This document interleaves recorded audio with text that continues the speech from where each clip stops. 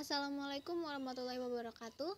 Alhamdulillahirabbil alamin. Assalatu wassalamu ala asrofil anbiya'i wal mursalin wa ala alihi wa ashabihi ajmain, amma ba'du. Yang terhormat dosen pembimbing 1 Bapak Dr. Andes Nurdin MSI. Yang saya hormati dosen pembimbing 2 Bapak Albert Maidiantoro SPD MPD. Yang saya hormati dosen pembahas Bapak Dr. Andes Yon Rizal MSI. Saya Irfa Zuriyah NPM 1713031034, Pendidikan Ekonomi 2017. Izinkan saya memaparkan presentasi skripsi saya yang berjudul Analisis Determinan Pendapatan Pedagang di Pasar Pasir Gintung, Bandar Lampung. Yang pertama adalah latar belakang. Berdasarkan data hasil survei Badan Pusat Statistik terhadap pelaku usaha menunjukkan 84,2% usaha mikro kecil dan 82,29% usaha menengah besar mengalami penurunan pendapatan akibat dari pandemi COVID-19. Survei sosial demografi menunjukkan 70,53% kelompok berpendapatan rendah dan yang bekerja di sektor informal adalah kelompok yang paling dirugikan oleh pandemi ini. Kelompok UKM tersebut tidak lain adalah livelihood activities, contohnya adalah pedagang pasar. Pedagang pasar tidak dapat menghindari faktor eksternal yang menyebabkan penurunan penjualan seperti perubahan kebijakan pemerintah akibat dari bencana pandemi ini.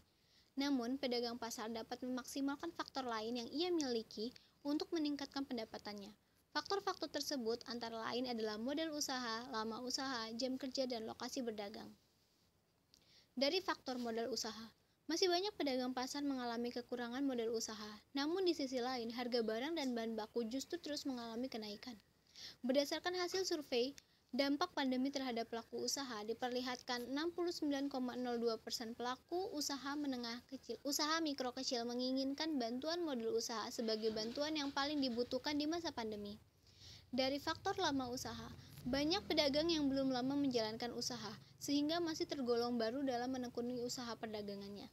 Hal tersebut membuat para pedagang belum memiliki cukup pengalaman usaha yang akan meningkatkan keterampilan berdagangnya. Dari faktor jam kerja, banyak pedagang pasar yang membuka usahanya terlambat, yaitu pada siang hari di jam-jam sepi pengunjung.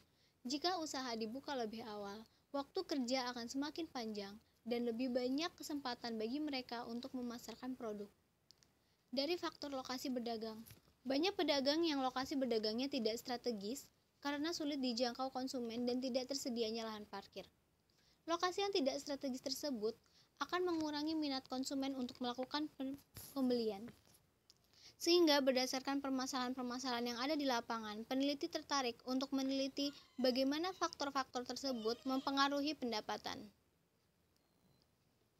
Rumusan masalah. Apakah ada pengaruh modal usaha terhadap pendapatan pedagang di Pasar Pasir Gintung, Bandar Lampung? Apakah ada pengaruh lama usaha terhadap pendapatan pedagang di Pasar Pasir Gintung, Bandar Lampung? Apakah ada pengaruh jam kerja terhadap pendapatan pedagang di Pasar Pasir Gintung, Bandar Lampung? Apakah ada pengaruh lokasi berdagang terhadap pendapatan pedagang di Pasar Pasir Gintung, Bandar Lampung?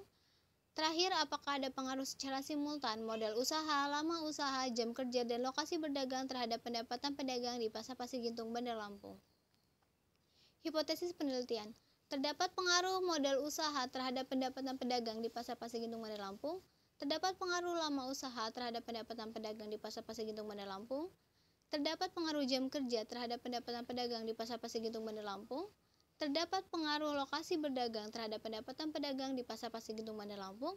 Terakhir, terdapat pengaruh modal usaha, lama usaha, jam kerja, dan lokasi berdagang secara simultan terhadap pendapatan pedagang di Pasar Pasir Gintung, Bandar Lampung. Tujuan penelitian ini tidak lain adalah untuk mengetahui pengaruh modal usaha, lama usaha, jam kerja, dan lokasi berdagang terhadap pendapatan pedagang di Pasar Pasir Gintung, Bandar Lampung, baik secara parsial maupun secara simultan. Metode penelitian. Penelitian ini menggunakan desain penelitian deskriptif verifikatif dengan metode ex post facto dan survei. Teknik pengumpulan data yaitu menggunakan wawancara, observasi, kuesioner kombinasi terbuka dan tertutup, serta dokumentasi. Populasi berjumlah 147 pedagang dengan sampel berjumlah 60 responden yang dihitung dengan rumus Lovin.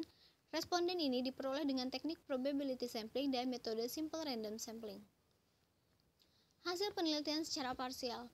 Yang pertama adalah modal usaha terhadap pendapatan. Terdapat pengaruh modal usaha terhadap pendapatan dengan koefisien determinasi 58,2%. Yang kedua, lama usaha terhadap pendapatan.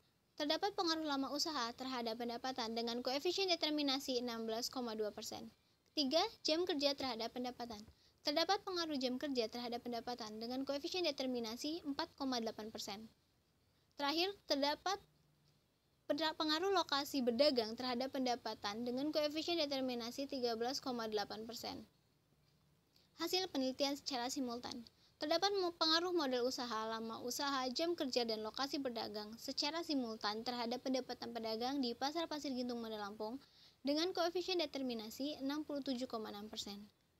Variabel model usaha memberikan pengaruh paling dominan terhadap pendapatan pedagang dibanding dengan variabel independen lainnya, yaitu dengan nilai beta 0,627. Baik, sekian yang dapat saya sampaikan. Lebih dan kurangnya saya mohon maaf. Terima kasih. Wassalamualaikum warahmatullahi wabarakatuh.